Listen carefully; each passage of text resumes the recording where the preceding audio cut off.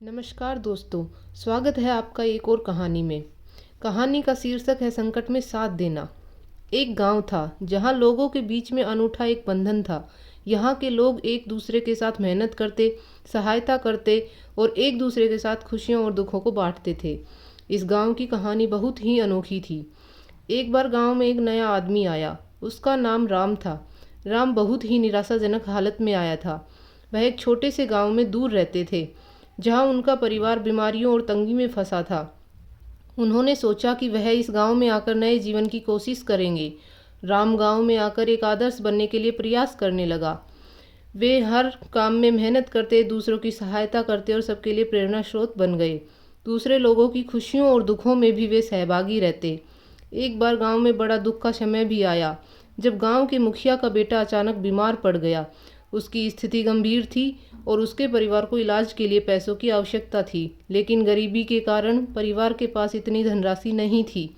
जब राम ने इसे सुना, उन्होंने तत्परता से अपनी सभी बचत की राशि का उपयोग करके परिवार की मदद की। वे नहीं चाहते थे कि इस दुखी परिवार को किसी भी परेशानी से जूझना पड़े। उन्होंने बचत की राशि के साथ साथ दूसरे गांव वालों को भी अपील की और उन्होंने भी उस परिवार की सहायता की।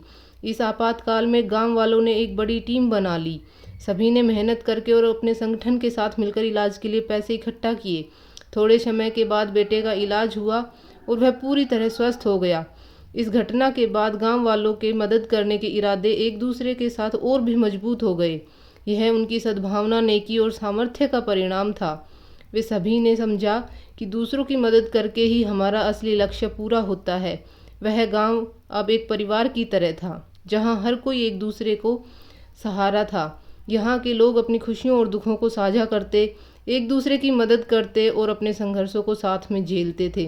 वे सब मिलकर इस दुनिया में एक सुंदर और समृद्ध जीवन जीने का तरीका सीख गए। तो दोस्तों, ये थी आज की कहानी। आई होप आपको अच्छी लगी होगी। अगर अच्छी लगी तो चैनल को सब्सक्राइब करें, वीडियो को लाइक करें और अपने दोस्तों के साथ शेयर करें। धन्यवाद दोस्तों।